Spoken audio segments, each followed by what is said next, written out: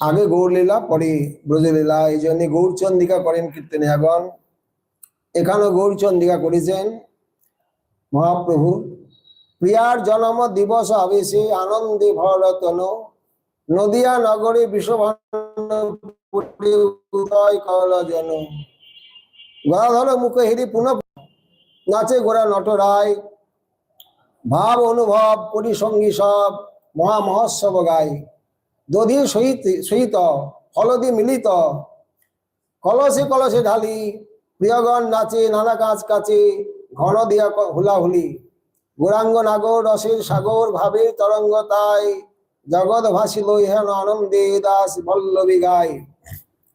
ভাদ্র শুক্লাষ্টমী তিথি, বিশাখা নক্ষত্র তথি, শ্রীমতী জনম সেই কালে, মধ্যদিন গত রবি, দেখিয়া বালিকা ছবি, জয় জয় দেয় কৌতূহলে।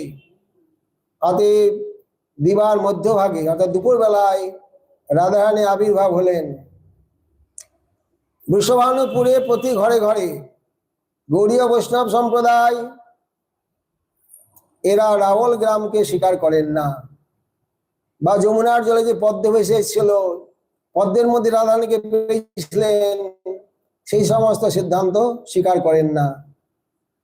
সাক্ষাৎ বৃষভানুপুরে আবির্ভূত হচ্ছেন রাধারানী, সেটাই স্বীকার করেন।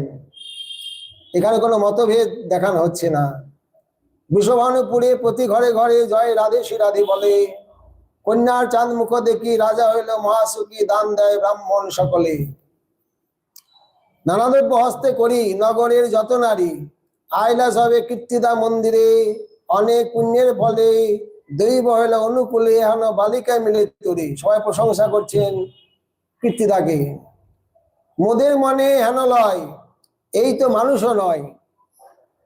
কন্যার রূপমাধুর্য দেখে সবাই অনুভব করছেন সাধারণ মানুষ নয়।